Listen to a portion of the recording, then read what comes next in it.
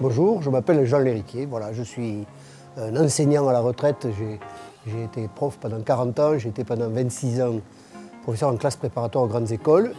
Je suis à la retraite depuis 2 ans, bien que très actif. J'ai eu une forte implication dans le mouvement Slow Food depuis 1998. C'est moi qui ai créé le premier groupe local ici à Rivesaltes en novembre 1998.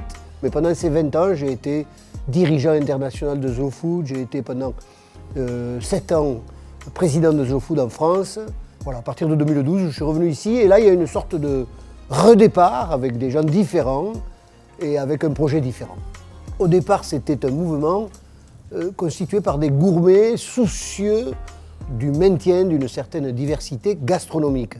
Continuer à bien manger, ça suppose qu'il reste encore des paysans, il reste toutes sortes de variétés, de la diversité dans ce qu'on mange. Et puis au milieu des années 2000, autour de 2003-2004, le mouvement a pris un petit peu un tournant, assez lent mais irréversible, pour devenir une sorte d'ONG pour maintenir des paysans dans le monde, maintenir de la biodiversité dans le monde. Les valeurs de Slow Food se résument en 3 mots, c'est comme un slogan, c'est bon, propre et juste.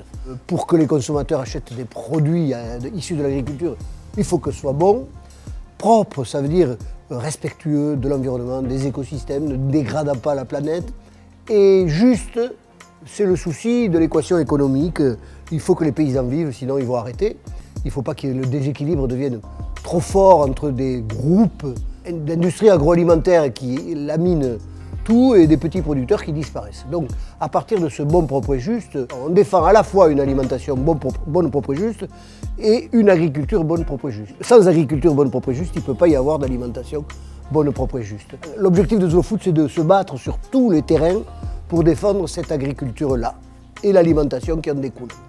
Là, on a décidé de se positionner sur les marchés de producteurs.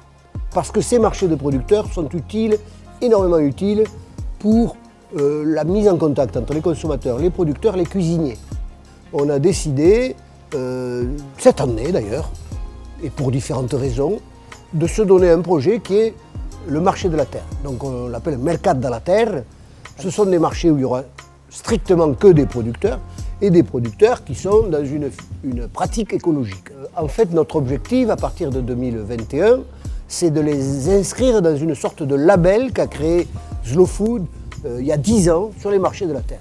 C'est-à-dire qu'on va s'adapter à tous les critères pour pouvoir communiquer, faire partie du réseau des marchés de la terre tel que Slow Food a pu les créer il y a une dizaine d'années. Bien sûr, tout ça n'est possible que si les gens jouent le jeu et comprennent les enjeux. Jouer le jeu et comprendre les enjeux, ça veut dire que quand on mange, on vote pour un système alimentaire, pour un système agricole. Alors il faut regarder les étiquettes, être attentif aux étiquettes, se méfier des aliments ultra transformés. Et on n'a rien trouvé de mieux que d'acheter à des producteurs locaux. Donc soyez vigilants, marché de la terre, on va essayer d'en faire plusieurs dans le département, en pays catalan. Celui d'Elne, on va essayer de le rendre récurrent et on vous y attend.